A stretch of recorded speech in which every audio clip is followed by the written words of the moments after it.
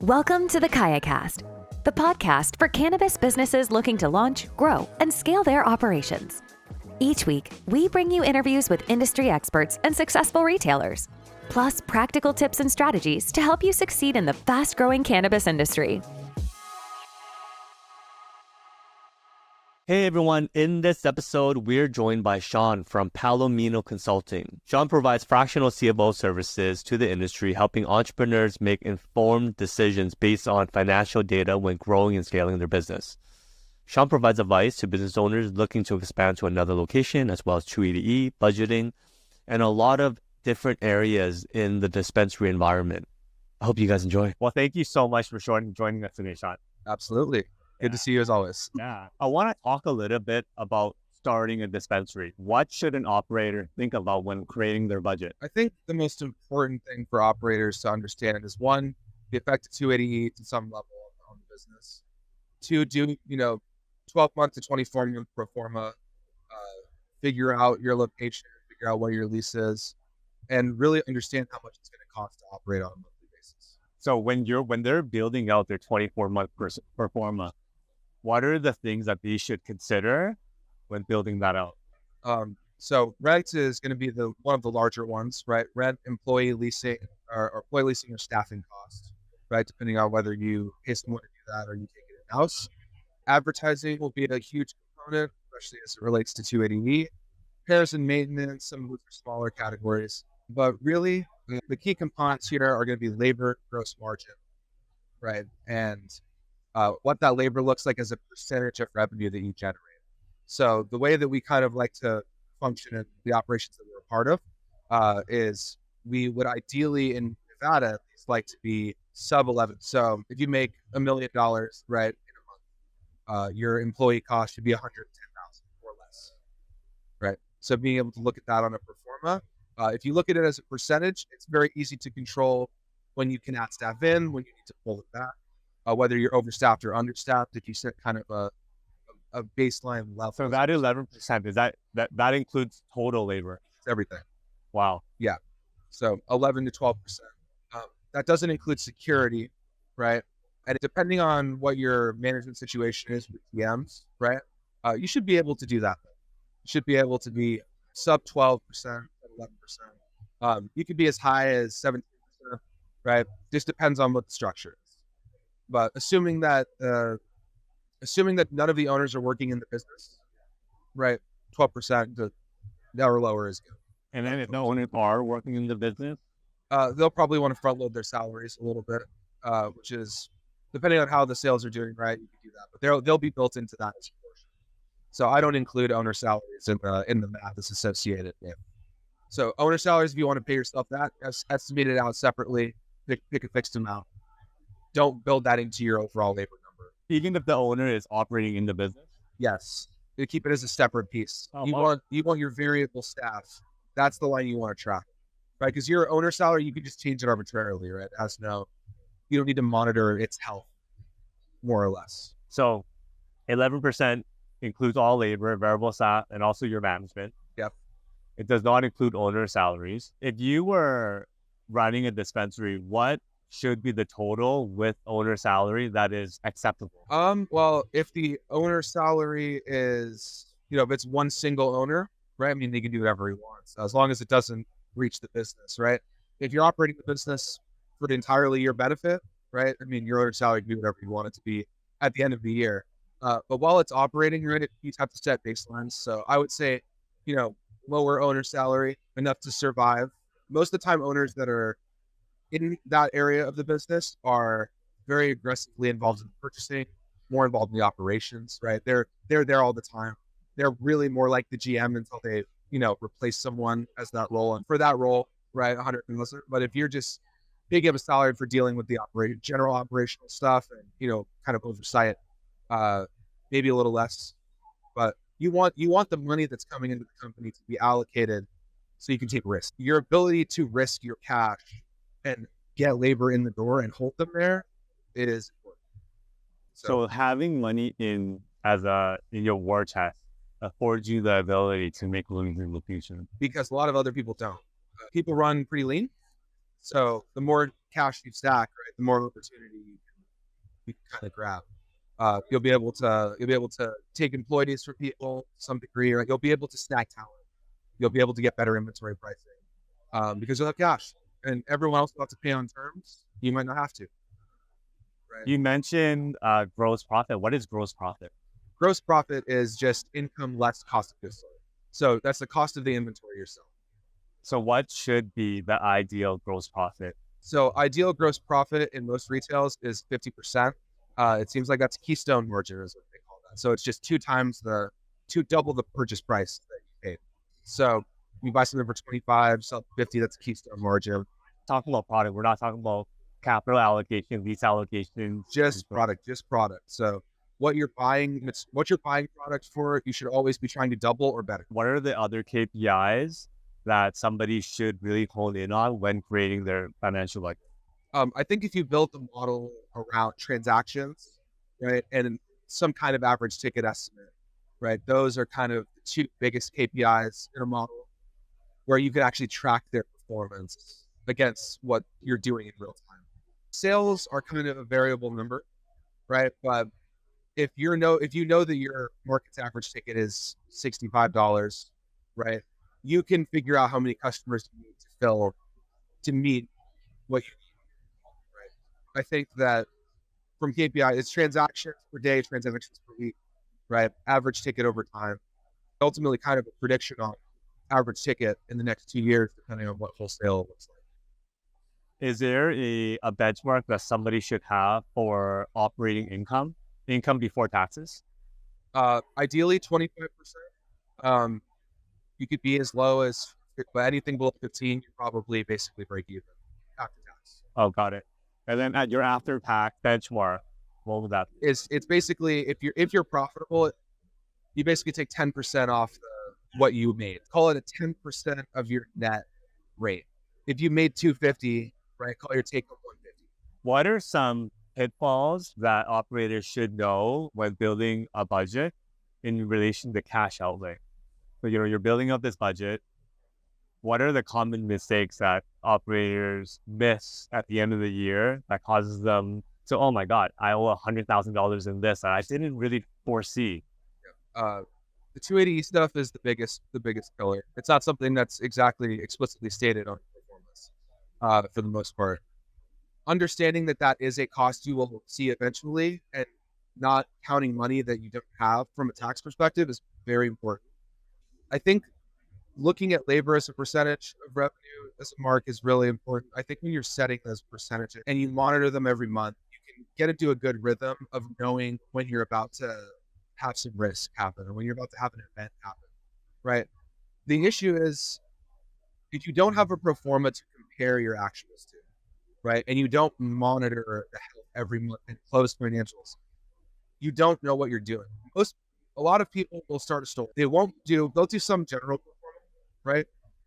And then they'll kind of step away, right? They won't close the books for 3 months and then they'll scramble to close them. But your ability to close your books and track is the only thing that tells you how well you're doing. So it's not just the budget, right? Like you can set the budget. The budget will change over time. You have to track it. If you don't have financials month over month, and you can't prove on paper that you're doing well, and you don't see it on a financial statement, that's a bad sign. So the first couple months is like to see where you kind of track in line with what you assumed, right? And then after that, you kind of alter the historical months and then change the growth rates to be more reasonable. And then from there, once you kind of see where you're growing and how you're trending, you make operational decisions that either will make it go up or down. Operationally, I'm looking to expand. How do I know I'm ready? You know you're ready to expand if you have enough money to expand without asking anyone else. The other way is that if you're really skilled operators, right, people that have a history of expanding companies more rapidly, right? This is going to be like high level operators. They are going to notice in the data that their demand exceeds their supply, right? And it's not a blip. So, for instance, in 2020, when COVID happened, right, everyone got a bunch of free money from the government, And so all of a sudden, everyone here started buying weed. Mm-hmm. So every cultivator expanded, and now there's not enough money to meet that. It was a fake demand. Yeah. So being able to understand when your demand is exceeding the supply and how to expand on that, right? We also kind of do it piecemeal, but being able to analyze those opportunities and understand when you're about to take a real risk that actually you understand and you can make a 5-year plan on, right? Then you should consider that. But How does the retailer know that their demand is beyond their ability to supply? they'll feel strain on the operation, right? They won't be able to buy enough product, or they're capping out on the amount of people they can see a day. So for most stores, it's a square footage problem, right? So your store may only be able to take 800 people a day, right? Especially during peak times, that's all going to be clocked in at like really specific hours of the day. So if you start hitting a point where you literally can't fit people in the building anymore, you're going to know, or you're coming close, you'll notice your staff will get very, very irritated and stressed. You'll feel it. And customers will let you know. Yeah. Most importantly, the customers will always let you know. Are there any KPIs that an owner should look at before they expand? Are there certain areas of the business where, okay, I'm ready now, I have certain things in place and I'm concrete? If your average ticket is capping, or not your average ticket, if your transactions are capping, I mean, that's the most important KPI, right? If you can't break a number and customers are complaining and you're seeing a lot of complaints about it, and your staff is kind of like, oh, it's always slammed, but for some reason this number doesn't move, it's probably a good indication that you're ready to expand. If you're netting a good amount of money every month in profit, that's obviously a good indicator as well. I mean, if you're netting 22%, and you have a cash surplus, then you're probably in a position to start making some decisions. So that's a really good point. You talk about top end, and then you talk about bottom end, and the bottom end really speaks on how efficient you are at deploying capital. Yeah. Also, transactions by channel, right? Like, what's the demand of each channel inside the store? So whether that's transactions by e-commerce, transactions by in-store purchases, the pickup, curbside, if you have a drive-through, right? Things like that. Tracking those independent areas on how they grow are very important, because they can identify where, if it's segmented like that, you can figure out whether you need to expand e-com or if you need to expand the store, right? There's different ways to expand sales outside of just blowing up the footprint, right? Fitting more people in the store is one channel, but if the e-com is not fully tapped, right? Try pushing more people to e-com, try and max everything up, right? Try and get every KPI to its complete highest point. And then look for something. And once you've branded an operation, you can see it scaling very quickly. There is opportunity cost associated with not acting in an appropriate amount of time to scale. But there is also severe financial consequences if you scale at the wrong time, or if you attempt to scale at the wrong time. I always think about, there are problems that you're trying to solve as a business owner. And if you haven't solved these problems yet, you can magnify that problem by adding another location. Yes. How do you identify if you've solved all the problems you need to solve before you take on another $2 million venture? Some problems aren't apparent until you scale. Yeah. Right. Definitely managing 2 locations before you can appropriately profitably manage one is probably not a good idea. Ultimately, if the business doesn't make money, which is the key, right? Like, you shouldn't be expanding. So if you figure out how to make one store profitable, once you figure out the market equation for that, you can duplicate it and you can replicate it. So we spoke a lot about what you should have in place, KPIs, etc. Who should you have in place before you expand? Definitely controller, accounting provider, GM, inventory manager, and leads. And if you're talking about going into an expansion, right? I mean, you're going to have a lot of time to vet. There's going to be a lot of time to build out that store. You're going to be in a hole for a 12-month period, right? Trying to get the thing online permitted correctly. You have a year from the time you start the project to the time you actually have to staff it, right? Having the staff be aware that they're about to potentially be merged over into 2 locations. Understanding that doing an evaluation of the SOPs in that individual store to make sure they actually cross over to the other store based on square footage, right? Based on different things. There may be some procedures that don't function, right? When you move locations. They may be in different jurisdictions. They may have different tax laws, right? Making sure that everyone has a very good understanding from a revenue perspective what that means. Jurisdictions are different, right? Also, be prepared for what happens if that entity does not do what you project it to do. Can you sustain? Can you survive, or do you have to liquidate? So what should your war chest look like?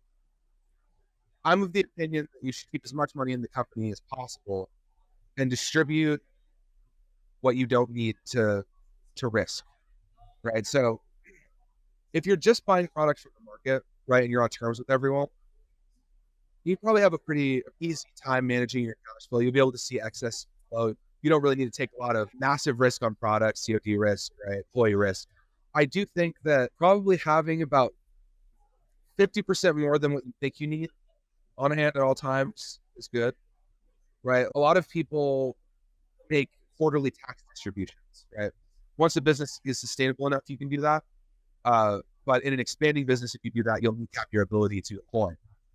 So it's more important for you to hire the staff than it is for someone to get a quarterly tax distribution at that given time. Once an operation becomes very stable at a certain run rate and it doesn't really move around a lot, numbers hold pretty consistently. So how long should you be making a consistent amount of money before you determine this, we are stable, we've reached stability? You can reach stability for about 6 months, 6 months, and if you start to see that trend hold and you have the same group of customers coming through, you'll know you're good. At least good enough to say that this is the baseline, right? But understanding whether your strategy is defensible or not is a separate question.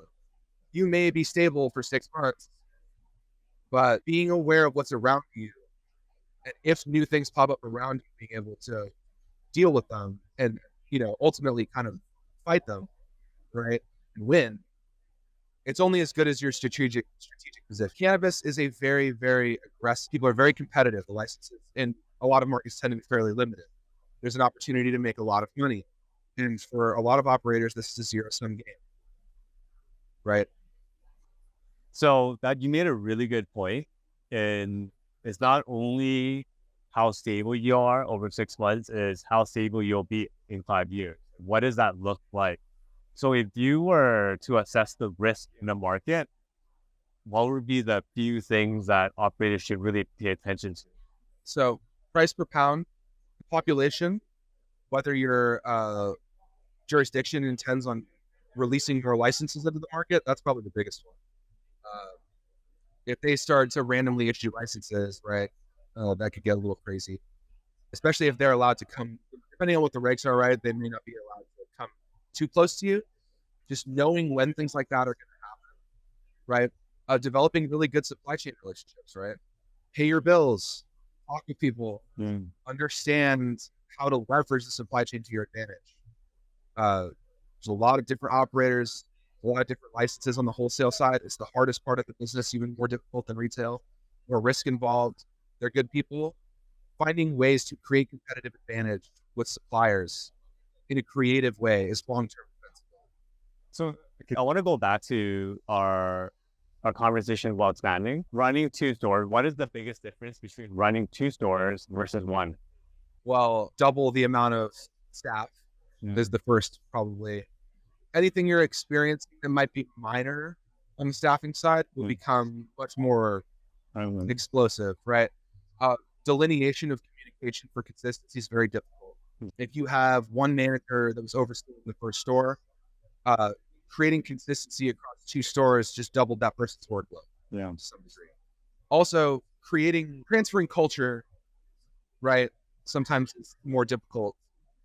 It's also very easy to get lost in the fact that there are 2 stores and you're overworked to see how bad potentially the second store could be as a risk. If you don't make above a certain amount of money, the other operation will have to float that operation in depth. So understanding that if you were making $250,000 last month, but now you expanded into 2 stores and you're not hitting your mark, you now have no profit. While it shows up in 2 different places, right? So if you were taking distribution, you were getting comfortable, that's got to stop until both of them do well. There's more safety when you're doing it that way, right? When one is doing really well and you kind of offset the losses until you're cash flow positive. But it's definitely, you're in a period where everything goes to zero, basically. At least all of the profit you were experiencing, all your investors' profit for the most part, right? You have people who financed you in, they want returns, right? You have to ultimately explain to them why that's a good idea. You mentioned something that not a lot of people really think about. It's ultimately when you run two locations, if they're far apart, you're kind of running two separate businesses. And how do you ensure that the culture that you set in your first location is consistent? So there's an operator that's good for just one store, right? There's someone who can deal with the day-to-day operations, make it function. And then when they get moved to a two-store situation, they panic and freeze and they can't make it work. They don't understand why what works one place doesn't work another. They don't adapt to the change, right? They want the other store to fit their requirements, where it just might be different. It's like, right? And then you've got a tier of operator above that operator, right? When you're talking about like organizational structure, right? This is the person that's above a GM, who's maybe closer to like a COO type level. Yeah, like a director of operations. Director of ops, right? Like similar, you're much higher in the org chart. That role is specific to being able to scale multiple locations, right? A lot of people can do one. The ability to do 5 at the same time and then not have them all break, a very different equation. Right. A different set of skills required. So you have a GM managing a store, perfect. Opening up another store, he or she may now have to manage 2 stores.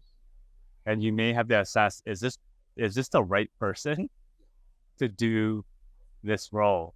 And the risks that I always see operators make is promoting somebody before they're ready. Yes. And it's really hard to de-promote them. Yep. That's when churn happens. Oh yeah, that's a common one. I've seen it a few times. I've been involved in some situations where I've been across the table from that. So this is the difference between owners have to understand where their skills are and where they are not, right? Not all owners are operators. If you're not an operator, understand that you're not, and understand you need to hire one. You can accidentally succeed with one store. It's possible. Once you go to 2, the likelihood of that second one panning the exact way the first one did is almost 0. If you open that second store and it doesn't perform the way that you thought it would, and you're using all of your same SOPs, you need to find an operator. That means your thesis is flawed, right? There's something you don't understand. And when there's something like that that they don't understand, some owners will double down on their employee that doesn't have the correct information to actually make those decisions. That's very dangerous, especially if you're limited capital, right? Some people's solution to that is just to raise more money, which is another solution, but not great. Knowing when to ask for help and knowing when you're out of your element, like, is important. There are a lot of tax related questions. Even I call people all the time. Like, if you've got more of a background in it than me, I want to know. Like, and if you can't pass the 1 store mark and you're having a hard time scaling operations and your time is too long and you don't know how to scale those SOPs across, you need to find someone who really understands it. Someone who comes from a manufacturing background or another retail background, right? Someone who's a high level person, not like this isn't a person you're going to pay 80 grand a year. It's a person you're going to pay hundreds of thousands. That's their skill set. That's what their skill set's value is, right? Because they can go into any company and they can scale out 5 stores. And they can make you $1 million. That's their value. A lot of owners have an unwillingness to expend that money because they think that person is adding more value to the business than they are. In actuality, that's true. That's why you're paying them that money. They are adding more value to the business at that point in time. What else should we cover, Sean, that you think people should think about?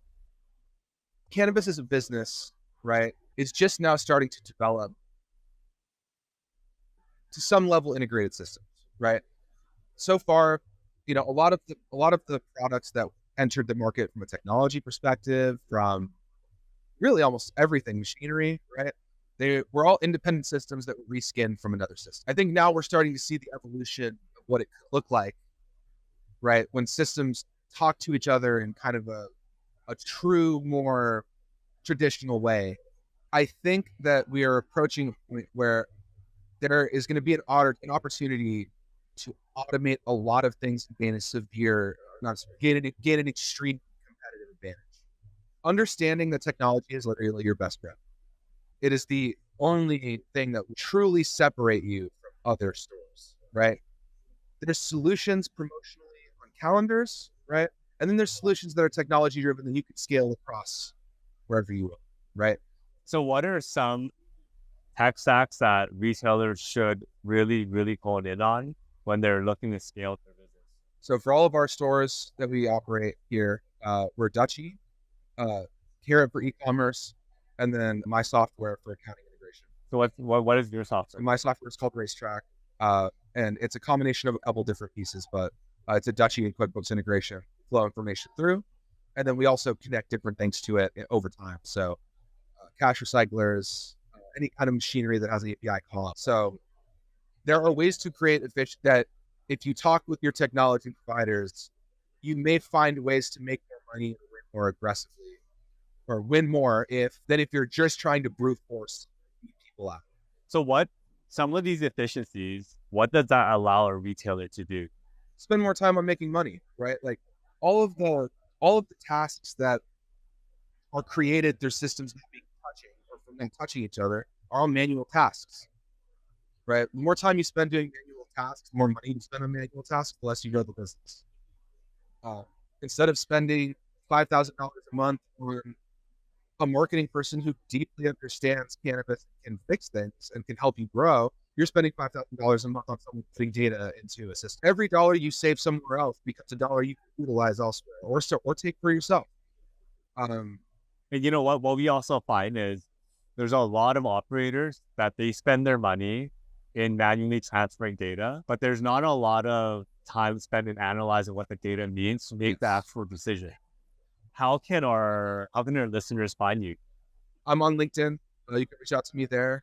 Sean Kennedy. I run a company called Palomino Consulting, Palomino, and consulting, obviously. And my email is Sean, SEAN, at palomino.consulting. LinkedIn or email me, and I'll respond. Awesome. Well, thank you so much for joining us. I've learned a lot. Always a good time. Always good to see you. Thanks for listening to the KayaCast podcast. We hope you enjoyed the show. Don't forget to subscribe to our podcast in your favorite podcast app, or visit our website to learn more about our guests and to access the full archive of episodes from the show. Join us next time as we continue to explore the world of cannabis and help you grow, launch, and scale your business.